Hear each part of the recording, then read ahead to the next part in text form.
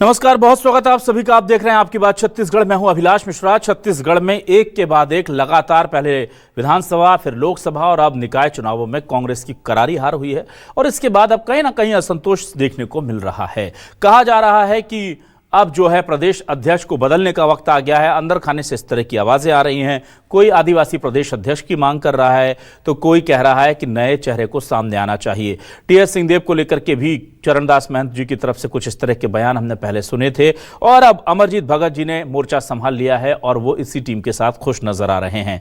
ऐसे में आम जनता को भी लग रहा है कि कांग्रेस को अब ऐसी कोई संजीवनी मिलना बेहद जरूरी है जिससे वो वापसी कर पाए और एक मजबूत विपक्ष का फर्ज निभा पाए। तो क्या कांग्रेस का भविष्य होगा? क्या बीजेपी इसी तरह से निर्विरोध लगातार चलती रहेगी, जीतती रहेगी? इन्हीं मुद्दों पर आज शुरू करते हैं आपकी बात।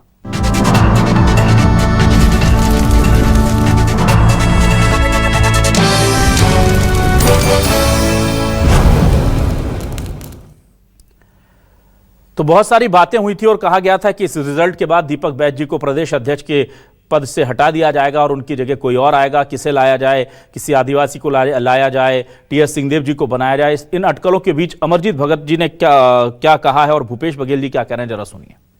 टिकट तो सभी छत्रप मिल करके बांटे, लेकिन प्रचार उस ढंग से करने नहीं गए और उस ढंग से अगर जिम्मेदारी संभालते तो सभी लोग प्रदेश अध्यक्ष हो गए,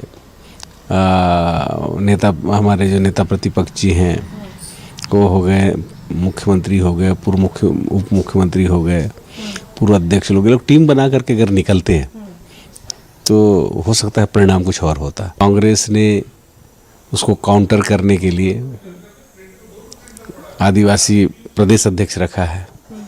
अगर जिस दिन प्रदेश अध्यक्ष को हटा दोगे तो आदिवासी समाज में क्या मैसेज जाएगा? सोशल मीडिया में आना अलग बात है, लेकिन ये हार तो बड़ी हार हुई है निश्चित रूप से। और इसके मामले में जहाँ तक मेरी बात है तो मैं उसे अपने पार्टी फोरम में ही रखूँगा। देखिए, ये संगठन में नियुक्तियाँ हैं वो, और उस स्तर की नियुक्तियाँ जो है, प्रदेश अध्यक्ष कौन बनेगा कौन नहीं बनेगा, वो Akhil Bharatiya Congress committee high command का विशेषाधिकार है। इस मामले में हम लोग न इस मामले में कोई बात करते, न इस मामले में हम लोग अधिकृत भी हैं। और डिप्टी सीएम अरुण साहू जी साफ तौर पर कह रहे हैं कि कांग्रेस को अब आत्म अवलोकन की जरूरत है। सुनिए उनका बयान। कांग्रेस पार्टी को आत्मावलोकन करना चाहिए जिस बुरी कदर हार हुई है। कांग्रेस पार्टी आखिर किसकी बात मानेगी? संविधान लेकर उनके नेता घूमते हैं, उसी संविधान में न्यायालय को सर्वोच्च स्थान प्राप्त है। सर्वोच्च न्यायालय ने बार बार कहा है कि ईवीएम में किसी तरह की टेम्परिंग की कोई गुंजाइश नहीं है। एक बार नहीं, बार बार सर्वोच्च न्यायालय ने कहा है। उसके बाद भी यदि ये ईवीएम का रोना रोते हैं, इनको रोने से कोई रोक नहीं सकता है। पर सच्चाई ये है कि कांग्रेस की दुर्दशा हुई है। कांग्रेस अपनी हार का ठिकरा ईवीएम पर ना फोड़े।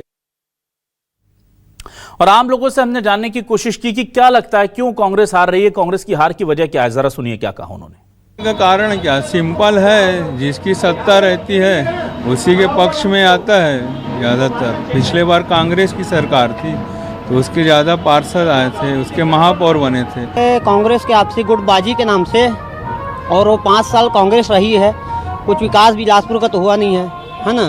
राज्य में चूँकि बीजेपी की सरकार है, केंद्र में भी है, तो लोगों की ये मानसिकता थी कि यहाँ पे नगर में भी बीजेपी की ही बने, तो जिससे खींचतान ना हो और विकास हो। कांग्रेस के हार का मुख्य कारण है उनका संगठन बिल्कुल कमज़ोर है, वो संगठित है ही नहीं। स्वार्थी लोग हैं, जहाँ उनका स्वार्थ दिखा उस तरफ को वो बोलने लगते हैं और पार्टी के लोग ही पार्टी का विरोध करते हैं। आइए देखते हैं हमारे आज के सवाल क्या है। सवाल ये रहे आपके सामने। सवाल रहे, छत्तीसगढ़ निकाय चुनाव में करारी हार, कांग्रेस में हाहाकार।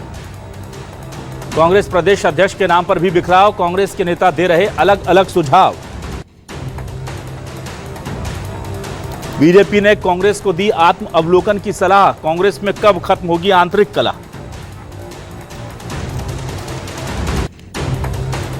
छत्तीसगढ़ में कांग्रेस की हार की हैट्रिक, नेतृत्व के सवाल पर फिर शुरू हुई किचकिच।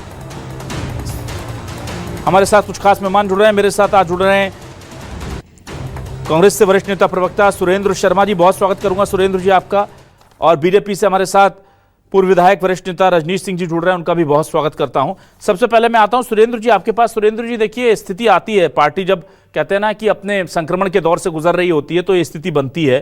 पर अब प्रदेश अध्यक्ष को लेकर के एक तरफ चरणदास महंत जी कुछ कहते हैं, इशारा देते हैं, और अमरजीत भगत जी कहते हैं कि अगर आप आदिवासी चेहरे को हटा देंगे तो फिर इससे मैसेज क्या जाएगा। उनकी भी चिंता अपनी जगह लाजमी है। और अगर इसी टीम के साथ आप कंटिन्यू करते हैं तो फिर दिक्कत यह है कि लगातार जो टीम डिलीवर नहीं कर पा रही, उससे कैसे कंटिन्यू करेंगे? देखिए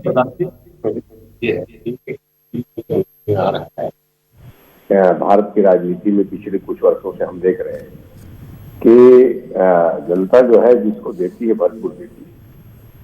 हमको पिछले चुनाव में 68 सीट दिया, फिर उपचुनाव में 5 सीट जिता दिया, फिर निकाय के चुनाव में जिता दिया, पंचायत के चुनाव में जिता दिया। इस बार भारतीय जनता पार्टी की सरकार बनाई है तो उनको उपचुनाव में जिता दिया और अभी निकाय के चुनाव में जिता दिया। केंद्र में तो उनकी सरकार है। तो दरअसल में मतदाताओं के मन में एक बात आ रही है, मैं जो महसूस करता हूँ कि जिसको भी दो पूरी तरह से मौका दो, ताकि वो ये बहाना न बना सके कि भाई हम फलाना की वजह से हम काम नहीं कर सके। जैसे हमारी सरकार लगातार 5 साल इस बात को कहती रही कि केंद्र में चूंकि भारतीय जनता पार्टी की सरकार है और उसने सहयोग नहीं किया, इस कारण हम बहुत सारी चीजों को डिलीवर नहीं कर पाए। तो जनता ये चाहती है कि ऐसी परिस्थिति निर्मित ना हो। केंद्र में भी भारतीय जनता पार्टी की सरकार है, राज्य में भी भारतीय जनता पार्टी की सरकार है, अब शहरी निकायों में भी भारतीय जनता पार्टी की सरकार जनता ने बनाया है, ताकि भारतीय जनता पार्टी किसी तरह बहाना न बना सके। मुझको जो लगता है जो मुख्य कारण है, अभी हमारे एक मतदाता भाई ने भी इसी तरह की बात कही कि लोग चाहते हैं कि जो सरकार है उसी की निकाय में भी सरकार बनाना उचित रहेगा, ताकि काम के डिलीवर में किसी तरह की दिक्कत ना हो। ये हो गई पहली बात। दूसरी बात आपने कहा कि संगठन के संबंध में, एक तो पहली बात यह है कि कांग्रेस बहुत हद तक लोकतांत्रिक पार्टी है और इसमें लोगों को अपनी बात कहने का अधिकार रहता है। मगर हमारे पूर्व मुख्यमंत्री माननीय भूपेश बघेल जी ने एक बहुत सही बात कही कि हर चीज को कहने का एक फोरम होता है। तो आप अपनी बात रखने का मौका आपको फोरम में मिलेगा, वहां आप अपनी बात रखिए, वहां समीक्षा रखिए और जो बात कहनी है पार्टी के फोरम के अंतर्गत कहिए। कभी भी जिस तरह की बात सार्वजनिक रूप से कह दी जाती है, कभी कभी उसका अर्थ गलत भी निकलता है। अमरजीत भगत जी भी पूर्व मंत्री हैं, वरिष्ठ नेता हैं, आदिवासी समाज को प्रतिनिधित्व करते हैं। उनकी बात को भी मैं ये नहीं कह रहा हूँ कि उन्होंने गलत कहा है, मगर उसको एक सही फोरम में कहने की आवश्यकता थी। तो बात यह है कि अगर मान लीजिए उसमें नेतृत्व में परिवर्तन करना है, किसको अवसर देना है, तो ये सारा मामला जो है हमारे हाईकमान का विषय है और उन लोग इन सारी बातों को तय करेंगे कि आने वाले समय में हमारे छत्तीसगढ़ में कांग्रेस का नेतृत्व कौन करेगा। और मैं आपको एक बार जरूर कहना चाहता हूँ, कांग्रेस पार्टी बहुत मजबूत पार्टी है, खासतौर पे छत्तीसगढ़ में तो कमजोर इसको किसी हालत से नहीं माना जा सकता। हार जीत लगी रहती है, कांग्रेस फिर टूट के खड़ी होगी और पूरी ताकत के साथ मुकाबला करेगी भारतीय जनता पार्टी के। उनकी नाकामियों को हम सड़क पे और विधानसभा में हर जगह उठाने का पूरा प्रयास करेंगे। ठीक है, चलिए मैं आ जाता हूं जल्दी से रजनीश जी आपके पास। रजनीश जी देखिए, ये बात तो सही है कि जिसका स्टेट गवर्नमेंट में जिसकी गवर्नमेंट होती है उसको नेचुरल एडवांटेज मिलता है निकाय चुनाव में, हमने देखा है और लोग भी वो बात स्वीकार कर रहे हैं। लेकिन अमरजीत भगत जी खुद कह रहे हैं कि टिकट क्षत्रपों ने अपने हिसाब से बंटवा तो लिए, लेकिन प्रचार करने एक साथ नहीं निकले और हरवा दिए अपने लोग, मतलब अपने लोगों के नाम पर टिकट मांग ली और उनको हरवा दिया, तो पार्टी भी निपट गई, जो अपने लोग थे वो भी निपट गए। अब उनका ये जो दर्द है ये बड़ा जेन्युइन दर्द है और किसी भी पार्टी में हो सकता है जब नेता एक साथ नहीं आते। तो कांग्रेस के लिए आपको क्या लगता है, क्या संगठित होना इतना बड़ा मुश्किल हो गया है? क्योंकि वहां पर चरणदास महंत जी इशारा देते हैं कि टीएस सिंहदेव साहब को प्रदेश अध्यक्ष बनाना चाहते हैं वो, इधर अमरजीत भगत जी कहते हैं कि दीपक बैस साहब ही अच्छे हैं, वो आदिवासी हैं, मैसेज गलत चला जाएगा। ये बिखराव दिख रहा है।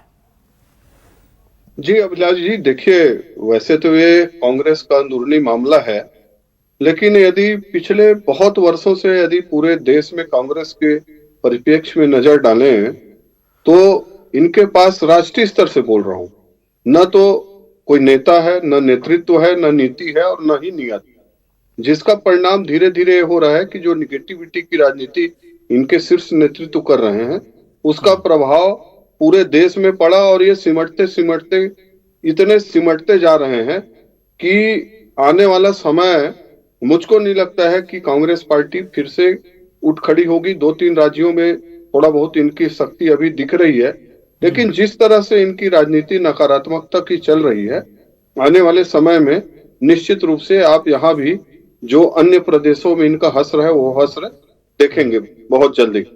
दूसरी बात, अमरजीत भगत वरिष्ठ नेता हैं, आदिवासी नेता हैं, लेकिन जो उनका मैं शब्द सुन रहा था कि वो पूरे नेतृत्व को कटघरे में खड़ा कर दिए कि टिकट बांटे हैं, उनमें नेता प्रतिपक्ष जी का नाम लिए, पूर्व सीएम, पूर्व डिप्टी सीएम, प्रदेश अध्यक्ष, और ये भी बोल दिया कि चुनाव प्रचार में कहीं नहीं गए। माननीय वो मंत्री जी रहे हैं, वरिष्ठ नेता है कांग्रेस पार्टी के, उनका अपने विधानसभा में पता नहीं उनको कोई बोला कि नहीं बोला, गए कि नहीं गए।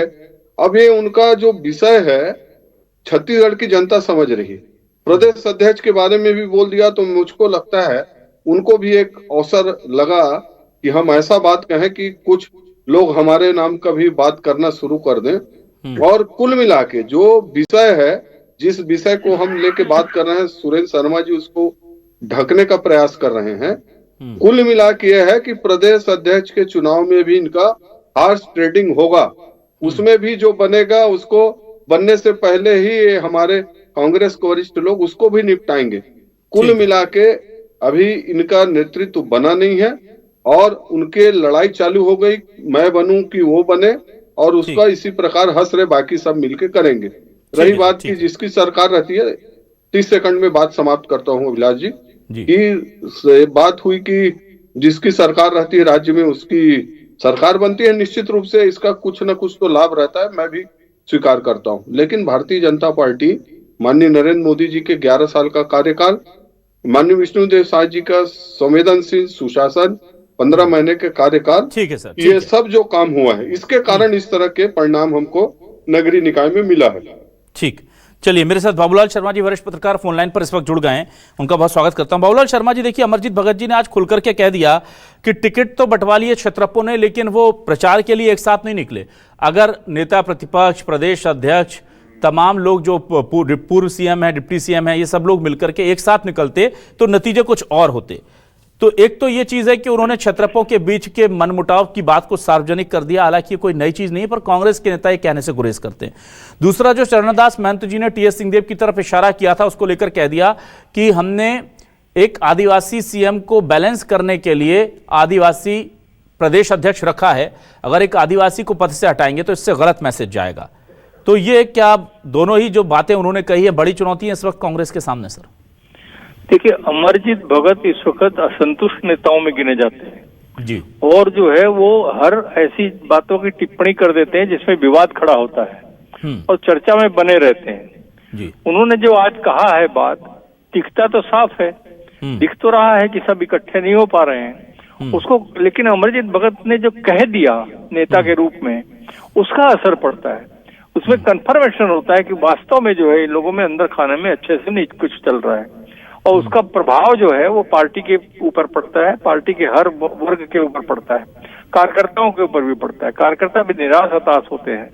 तो अमरजीत भगत ने किस दृष्टिकोण से कहा है और उसका दृष्टिकोण क्या है कि आदिवासी ही अध्यक्ष होना चाहिए, क्या वो खुद बनना चाहते हैं या किसी को बनवाना चाहते हैं, बहुत सारी राजनीति जो है इनके बयानों में होती है।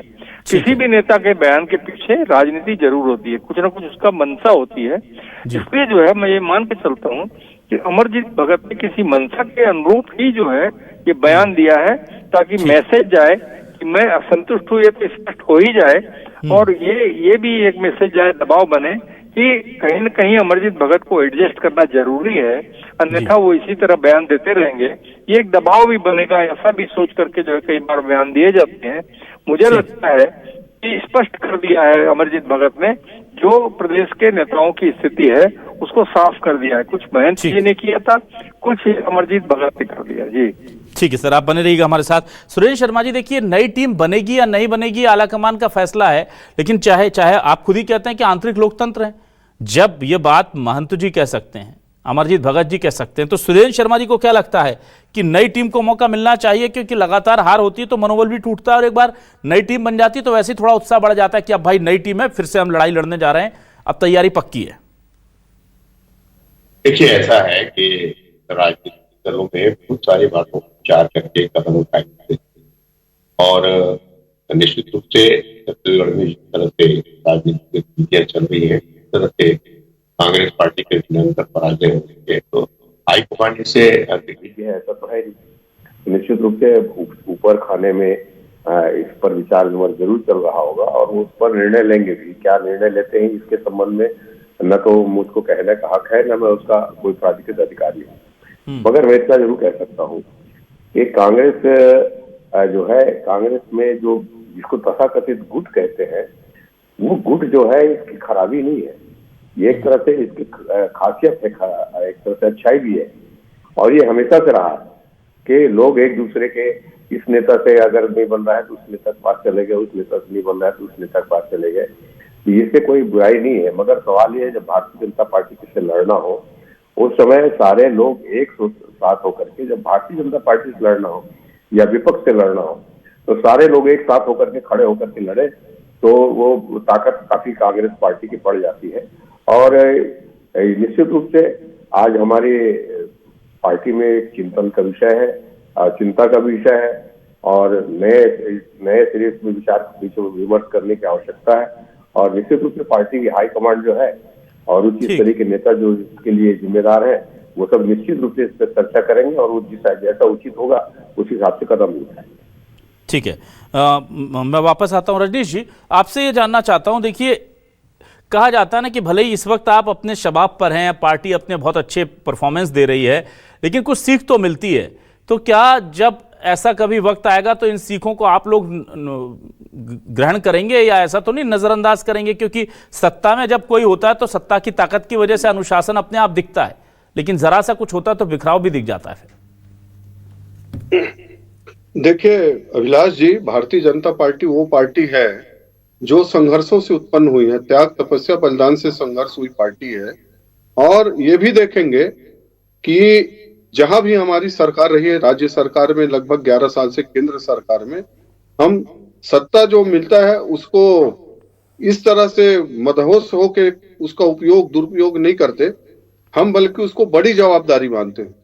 चाहे प्रदेश में सरकार हो, चाहे निकाय में चुनाव हो, तो हम इसको एक जवाबदारी मानते हैं कि जनता ने बहुत बड़ा विश्वास किया है। इस विश्वास में खरा, अपेक्षा में खरा उतरने के लिए हम डे वन से लग जाते हैं। आज भी हमारे जहां विधानसभा के चुनाव हुए, जहां अपन जीत के आए, सरकार बनाए, चाहे नगरीय निकाय में, उनका प्लान बनना शुरू हो गया है कि कैसे हम लोगों के आशा अपेक्षाओं में खरे उतरेंगे। और कभी ये कोई आरोप नहीं लगा सकता कि भारतीय जनता पार्टी सत्ता के नशे में चूर है। और कांग्रेस पार्टी में हमेशा ये रहा है कि जब भी वो सत्ता में आई है सिर्फ नैरेटिव खड़ा करती है, काम करने के लिए उनके पास कुछ रहता नहीं है। इसलिए भारतीय जनता पार्टी हमेशा से, जो हमारा संगठन का एक संवैधानिक ढांचा है, संगठन में लगातार हमारे चुनाव होते हैं, संगठन में कार्यकाल के बाद नए हमारे संगठन में बूथ से लेकर राष्ट्रीय अध्यक्ष तक के नए पदाधिकारी आते हैं, तो हमारा संगठन जो है भारतीय जनता पार्टी का संगठन लगातार एक काम करने वाला रहता है। हम सिर्फ चुनावी टूल्स नहीं है कि सिर्फ चुनाव में काम करेंगे, बल्कि हम लगातार हर समय सत्ता में है, विपक्ष में है, हमारा संगठन लगातार गतिशील रहता है। ठीक है, बाबूलाल शर्मा जी, आपसे मैं सीधे सवाल करता हूं कि क्या आपको लगता है कि अब कांग्रेस को जरूरत है कि वो अपनी टीम में बदलाव करे? क्योंकि ये चीज विधानसभा चुनाव से पहले हमने देखा था, जब दिल्ली तक दौड़ हुई थी 2.5 साल के फॉर्मूले से लेकर के अभी तक कहा जा रहा है कि थोड़ा सा चेहरा तो बदलना पड़ेगा। और अब जब रिजल्ट बहुत ही नकारात्मक आ रहे हैं लगातार एक एक करके, तो अब कोई वजह क्या आपको दिखती है जिस पर इसी टीम के साथ बना रहना जरूरी है, या आपको लगता है बदलाव होना चाहिए और पहले ही हो जाना था थोड़ा? देखिए, अध्यक्ष के रूप में कहीं न कहीं फिर से स्वर्गीय नंद कुमार पटेल और भूपेश बघेल जैसे संगठनकर्ता को लाना पड़ेगा, ये तो निश्चित रूप है। कहीं न कहीं जो उन्हीं के तौर तरीकों का काम करने वाले व्यक्ति को अध्यक्ष बनाना चाहिए और जो है आक्रामक हो, कांग्रेस के कार्यकर्ता इकट्ठे हो, जिस नेतृत्व को ये जिम्मेदारी मिले उस नेतृत्व के प्रति कार्यकर्ताओं को विश्वास हो ऐसे व्यक्तित्व को जो है सामने लाना जरूरी है। अब इस तरह अगर अमरजीत भगत बयान देंगे कि आदिवासी ही होना चाहिए, तो फिर बात जो है वो दूसरी तरफ चली जाती है। काबिल व्यक्ति को जो है, जिसके अंदर में क्षमता हो, जिसके अंदर में पूरे प्रदेश में घूमने की क्षमता हो, जिसको पूरे प्रदेश में लोग जानते हो, कार्यकर्ता जानते हो, कार्यकर्ता सरलता से मिलते रहे हों, ऐसे व्यक्ति को जब लाएंगे आप। लेकिन बाबूलाल जी, यहाँ एक माफी चाहूंगा, एक सवाल मेरे मन में आया कि नंदू भैया तो अब रहे नहीं, और जो भूपेश बघेल जी हैं उन्हीं के नेतृत्व, उनके चेहरे पर ही चूंकि विधानसभा का चुनाव लड़ा था, फायदा नहीं मिला। लोकसभा चुनाव में भी कहा जाता है कि उन्होंने लीड किया था, वहां भी फायदा नहीं मिला। तो ऐसे में विकल्प क्या टीएस सिंहदेव या कोई और चेहरा आपको दिखता है जो छत्तीसगढ़ को इस बुरे वक्त से उबार सकता है? मैंने कहा इनके जैसे संगठन करता, हाँ, मैंने इनका उदाहरण इसलिए दिया कि इनके जैसे संगठन करता। जब कांग्रेस की स्थिति खराब थी, नंद कुमार पटेल जी, स्वर्गीय नंद कुमार पटेल जी ने जो है कांग्रेस को ऊपर लाया, और उनके मृत्यु के बाद जो है भूपेश बघेल जब बने तो उन्होंने जो है फिर संगठन को उठाया, महंत जी ने संभाला और इन्होंने उठाया। ऐसे संगठन करता, मैंने जो शब्द यूज किया वो ये किया कि उनके जैसे संगठन करता। तो क्या आपको लगता है बाबा के नाम कांग्रेस में ऐसे कुछ चेहरे हैं छत्तीसगढ़ में? टीएस बाबा का नाम जैसे आ रहा है सामने, तो टीएस बाबा पूरे प्रदेश में घूमे हैं। उन्होंने जो घोषणा पत्र बनाया था उस दौर में पूरे प्रदेश के अंदर उन्होंने दौरा किया है, लोगों को जानते हैं, कार्यकर्ताओं से मिले हैं। तो उनका नाम सही लिया है जिसने भी लिया है, कोई गलत नहीं लिया है। और अगर विचार ऐसा करते हैं, मंथन ऐसा करते हैं, तो अच्छी दिशा है वो, कोई गलत दिशा नहीं है। और भी बहुत सारे लोग हैं जो संगठन का काम बहुत अच्छे से कर सकते हैं, और सारे की सलाह लेकर के जो, ये भी एक महत्वपूर्ण तथ्य है ना, कांग्रेस में यदि आज जो अलग अलग दिखाई दे रहे हैं, इन सबसे सलाह लेकर किसी एक नाम पर सहमति बनाई जाए तो मैं समझता हूँ कांग्रेस फिर से खड़ी हो सकती है। जी, तो जाहिर सी बात है बड़ी चुनौती है। जो सारे क्षत्रप कहे जा रहे हैं वो अगर एक साथ बैठ करके किसी एक व्यक्ति को चुन लें या एक व्यक्ति का नाम सजेस्ट कर दें आला कमान के लिए, तो जाहिर सी बात है कि फिर कांग्रेस की तस्वीर और तकदीर दोनों बदल सकती है, और एक कमजोर विपक्ष सामने रहेगा तो फिर बीजेपी के पास इस तरह के जश्न की तस्वीरें आना बहुत स्वाभाविक और लाजमी भी है। बहुत शुक्रिया करूंगा मैं रजनीश जी आपका, सुरेंद्र जी आपका, बाबूलाल शर्मा जी आप हमारे साथ फोन लाइन पर जुड़े, आपका भी बहुत शुक्रिया। दर्शकों का भी शुक्रिया। नमस्कार।